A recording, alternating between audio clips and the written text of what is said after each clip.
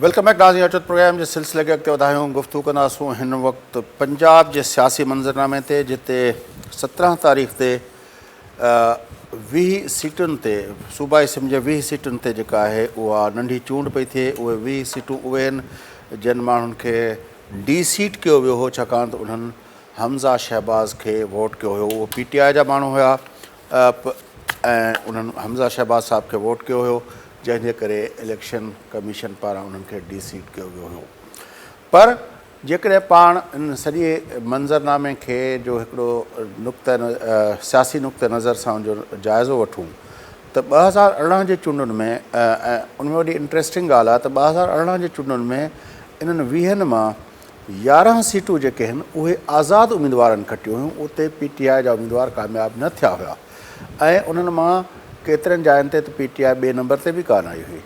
पर पोइ उहे जॾहिं माण्हू आया ऐं खटी आया त पोइ उन्हनि PTI जॉइन कई। हाणे असां तव्हांखे 2000 अॼु धरती TV नेटवर्क जे इलेक्शन सेल 2018 जा रिज़ल्ट तव्हां लाइ कंपाइल करे तव्हांखे ॿुधायूं पिया त ही PP7 आहे, रावलपिंडी जो हल्को आहे, जिते आज़ादु उम्मीदवार राजा सग़ीर अहमद जेको आहे उहो कामयाबु थियो, जॾहिं त मुस्लिम लीग नून जो उम्मीदवार राजा मोहम्मद अली ॿिए नंबर ते आयो हो ऐं तहरीक इंसाफ़ जो ग़ुलाम मुर्तज़ा सत्ती साहब 3 नंबर ते आयो हुयो।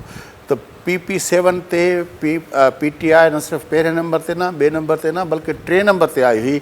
हाणे उते जेको आहे ॾिसूं त छा नतीजा ईंदा 17 तारीख़ ते। पर 18 जे चूंडुनि जी सूरत हाल इहा हुई। हीअ ॿियो तक आहे PP83 ख़ुशाब जो नतीजो 2018 वारो तव्हांखे ॾेखारियूं पिया।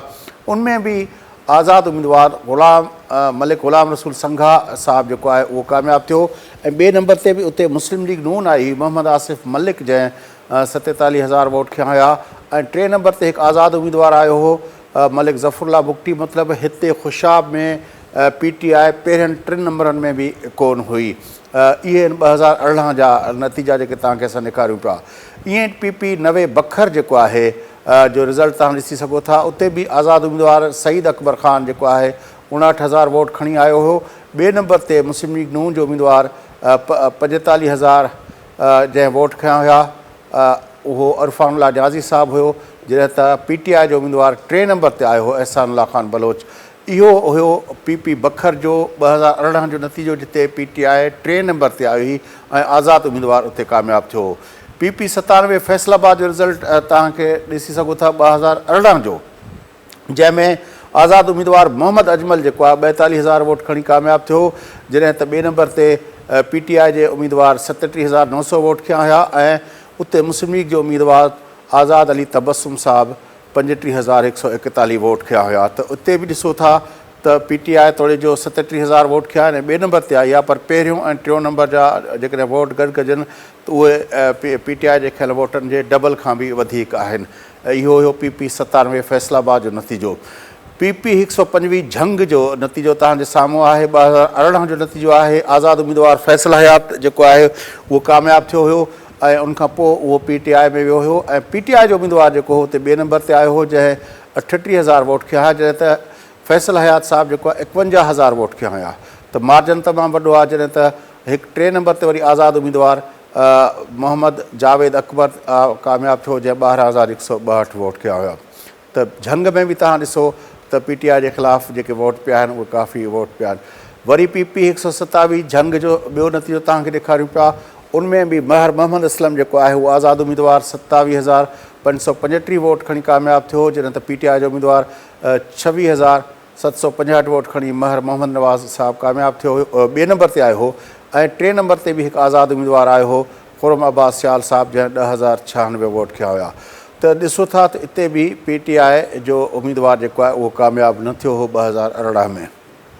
अॻिते ॾिसूं था ॿियो नतीजो PP127 मुल्तान में ॾिसो था शाह महमूद कुरैशी साहब पीपल्स पाकिस्तान तहरीक इंसाफ़ जो वॾो अॻुवान, उन खे शिकस्त आई हुई। हिकिड़े आज़ादु उम्मीदवार था मोहम्मद सलमान आज़ादु उम्मीदवार हो, जंहिं 35,300 वोट खया हुआ। शाह महमूद कुरैशी साहब 31,734 वोट खया हो, जॾहिं त उते मुस्लिम लीग जो उम्मीदवार 21,625 वोट खया हुया। शाह महमूद कुरैशी साहब खे पंहिंजे घर जे हल्के सूबाई असेंबली ते उनखे शिकस्त आई हुई, जॾहिं त क़ौमी असेंबली ते उनखे कामयाबी थी हुई। मोहम्मद सलमान साहब जेको आज़ादु उम्मीदवार हुयो इन हल्के तां कामयाबु थियो, शाह महमूद कुरैशी खे शिकस्त ॾेई।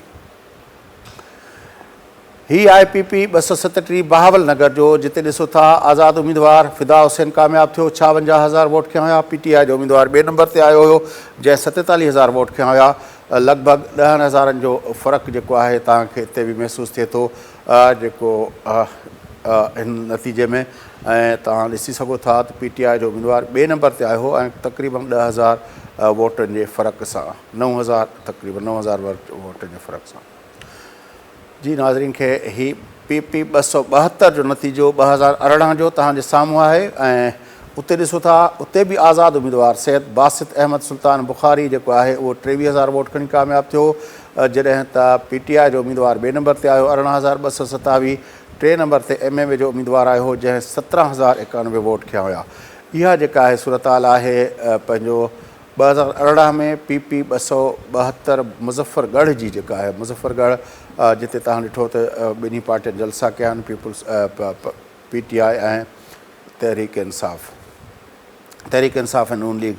ही PP 282 लैया जो तव्हांखे रिज़ल्ट ॿुधाईंदा पिया हलूं। 2018 जो रिज़ल्ट इंडिपेंडेंट उम्मीदवार यानी आज़ाद उम्मीदवार मोहम्मद ताहिर जेको आहे 37,774 वोट खणी कामयाबु थियो आहे, जॾहिं त ॿिए नंबर ते 27,139 सां नून लीग जो उम्मीदवार हुयो। 25,000 ते मुस्लिम लीग नून जो उम्मीदवार हुयो, 25,626 वोटनि ते। माना हिते बि तव्हां ॾिसी सघो था त 37 ऐं 27 जे विच में 10,000 जो फ़र्क़ु तव्हांखे नज़र अचे थो। PTI 10,000 तां हिकु आज़ादु उम्मीदवार खां शिकस्त खाधी हुई। ही PP 288 डेरा गाज़ी ख़ान जो नतीजो आहे तव्हांजे साम्हूं। 2018 जो नतीजो, जिते आज़ादु उम्मीदवार मोहम्मद अता ख़ान खोसो 39,490 वोट खणी कामयाबु थियो, जॾहिं त मोहम्मद सैफ़ुद्दीन खोसा साहिबु जेको आहे 30,000 वोट खया हुआ। हिते बि 9,000 जो वोट जो फ़र्क़ु आहे।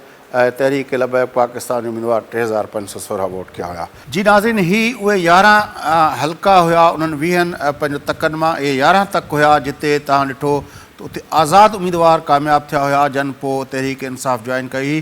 पर इन्हनि 20 हल्कनि जे बारे में अञा दिलचस्प ॻाल्हि तव्हांखे ॿी था ॿुधायूं। ही तव्हां धरती TV जी स्क्रीन ते ॾिसी सघो था। ही लाहौर जो हल्को आहे PP 158। 158 ते तव्हां ॾिसो त तोड़े जो इहो तहरीक इंसाफ़ त खटियो हुयो, पर तहरीक इंसाफ़ जे पारां इहो अब्दुल अलीम ख़ान यानी जेको हिन वक़्तु मुनहरिफ़ जेको अॻवान आहे उन पारां खटियो वियो ऐं हुन 52,000 वोट खया हुआ, जॾहिं त मुस्लिम लीग नून जे पारां 45,000 वोट खया विया हुआ। हाणे जेकॾहिं मुस्लिम लीग नून ऐं तहरीक इंसाफ़ जो उन वक़्तु जो कैंडिडेट अब्दुल अलीम ख़ान ज़ाहिर आहे उनजो पंहिंजो असर रसूख़ हूंदो। इहे जेकॾहिं मिलनि था त इन हल्के जी छा सूरत हाल थींदी उहा तव्हां अंदाज़ो करे सघो था। पर उनखां बि दिलचस्प ॻाल्हि तव्हांखे ॿुधाईंदा हलूं त PP 168 लाहौर जो जेको तक हुयो उते ख़्वाजा साद रफ़ीक़ 18 जे चूंडनि में खटियो हुयो 34,000 वोट खणी, जॾहिं त PTI जे उम्मीदवार खे कुल ई 14,900 वोट मिलिया हुआ, यानी 20,000 जो जेको आहे डिफरेंस सां साद रफ़ीक़ खटियो हुयो। पर पोइ वरी उहो इलेक्शन कमीशन में मामला विया ऐं उनखां पोइ वरी उहो जेको आहे D सीट थियो। पोइ वरी बाई इलेक्शन थी हुई जिते PTI जो उम्मीदवार कामयाबु थियो। त 12 माना 20 मां 13 तक अहिड़ा आहिनि जिते सम्झो त उन वक़्तु PTI नाकामयाबु थी। बाक़ी जेके ॿिया तक हुआ उहे तव्हांखे ॾेखारियूं था पिया। 18 जे चूंडनि में शेखुपुरा जो 140 नंबर तक आहे सूबाई असेंबली जो, उते मियां ख़ालिद महमूद कामयाबु थियो 32,000 वोट खणी। मुस्लिम लीग नून जे उम्मीदवार 26,000 वोट खया हुआ, जॾहिं त ही शेखुपुरा जो 140 नंबर तक तव्हांखे असां ॾेखारियोसीं। बाक़ी 6 तक जेके ॿिया आहिनि उहे बि तव्हांखे ॾेखारियूं था। हिन तक खां पोइ हीउ ॾिसी सघो था PP 170 लाहौर, जिते मोहम्मद अमीन ज़ुल्करनैन जेको आहे तहरीक इंसाफ़ जे 25,000 वोट खया हुआ, जॾहिं त इमरान जावेद मुस्लिम लीग नून जे 20,000 वोट खया। पाकिस्तान पीपल्स पार्टी जो मोहम्मद आसिफ़ जेको आहे उहो 3 नंबर ते आयो हुयो। जी नाज़रीन, ही तव्हांखे लाहौर जा रिज़ल्ट ॿुधायूं पिया। 2018 जा नतीजा ही आहे। साहिवाल जो नतीजो 2018 जो PP 202 जो, जिते तव्हां ॾिसी सघो था मलिक नौमान अहमद लंगड़ियाल जेको आहे तहरीक इंसाफ़ जो कामयाबु थियो 57,000 वोट खणी, जॾहिं त चौधरी शाहिद मुनीर मुस्लिम लीग जो 44,349 वोट खणी। पीपल्स पार्टी जो उम्मीदवार हिते 3 नंबर ते आयो हुयो। ही तव्हां 2018 जे नतीजे तव्हांखे ॾेखारियूं पिया, छाकाणि हिन वक़्तु जेका दिलचस्प सूरत हाल आहे उहा 17 तारीख़ ते ॾिसूं त रिज़ल्ट कहिड़ा था अचनि। पर असां फ्लैश बैक करे तव्हांखे 2018 जा नतीजा PP 224 लोधरा जो नतीजो तव्हां ॾिसी सघो था पिया, जिते ज़वार हुसैन वड़ाइच तहरीक इंसाफ़ जो कामयाबु थियो 60,000 वोट खणी, 48,000 ते मोहम्मद आमिर इकबाल शाह मुस्लिम लीग जो उम्मीदवार हो, जॾहिं त 3 नंबर ते पाकिस्तान पीपल्स पार्टी जो उम्मीदवार हुते आयो हो। लोधरा में PP 224 ते ही आहे PP 228 लोधरा जो जेको आहे तक आहे।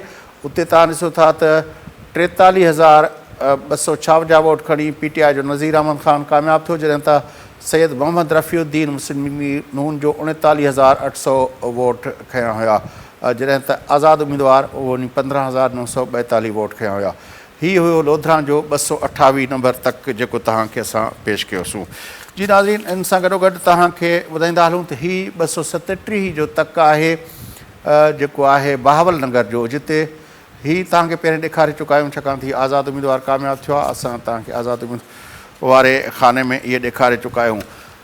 त नाज़रीन, हीउ असां अॼोके प्रोग्राम में धरती TV नेटवर्क जे इलेक्शन सेल सूरत हाल खे तव्हांजे साम्हूं रखण लाइ जेके स्टेटिस्टिक्सनि जा अंग अखर आहिनि 2018 जे नतीजनि जा, उहे तव्हां ते पेश कयासीं।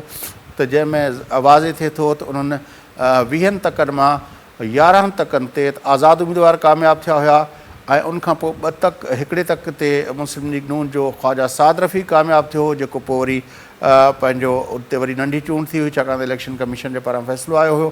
जॾहिं त वरी हिकिड़े तक ते अब्दुल अलीम ख़ान PTI जो कामयाबु थियो हुयो, जेको हिन वक़्तु जेको आहे नाहे PTI में।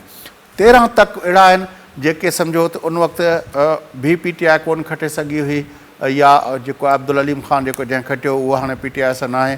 हाणे बाक़ी जेके 7 तकनि जे बारे में बि तव्हांखे हाल वाल ॾिनासीं, पर ॾिसजे इहो थियो त 17 तारीख़ ते पंजाब जे इन्हनि 20 तकनि ते अवाम कहिड़ो फ़ैसिलो करे थो, ऐं उन्हनि फ़ैसिलनि जो ज़ाहिरा जेके नतीजा आहिनि उहे घणे हद ताईं जेको आहे पूरे मुल्क जे सियासी मंज़रनामे ते असरअंदाज़ थींदा। छाकाणि त काफ़ी माण्हू हिन चूंड खे जेको आहे बाक़ाइदा इहो पिया ॾिसनि, समूरे मुल्क जा तजनिगार इहो चवनि पिया त हीअ चूंड इन हवाले सां बि इम्पॉर्टेंट आहे त काफ़ी एग्रेसिव क़िस्म जी कैंपेनिंग तहरीक इंसाफ़ जे सरबराह इमरान ख़ान तोड़े पाकिस्तान मुस्लिम लीग जी जेका नायब सदर आहे मरियम नवाज़ साहिबा पारां हलाई पई वञे, ऐं माण्हुनि जा जलसनि में जेको आहे अंबोह असांखे ॿिन्ही पासे नज़र अचनि था पिया, पर वोटनि में केरु कीअं ट्रांसलेट करे सघे थो इहो त आख़िरी ॾींहं जी हिकमत अमली ते थिए थो।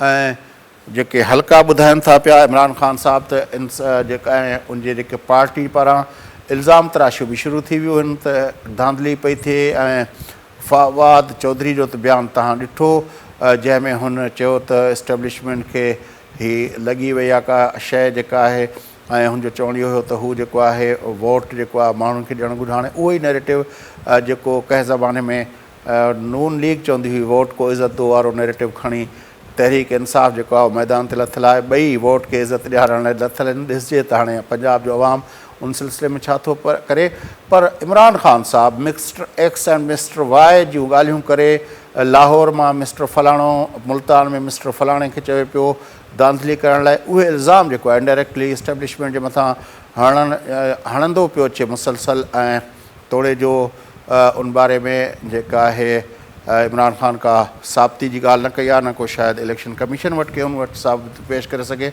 पर बहरहाल उहो पंहिंजे जलसनि में उन सॼे मामले खे गरमाइण लाइ उहे इल्ज़ाम तराशनि जो सिलसिलो बि जारी आहे।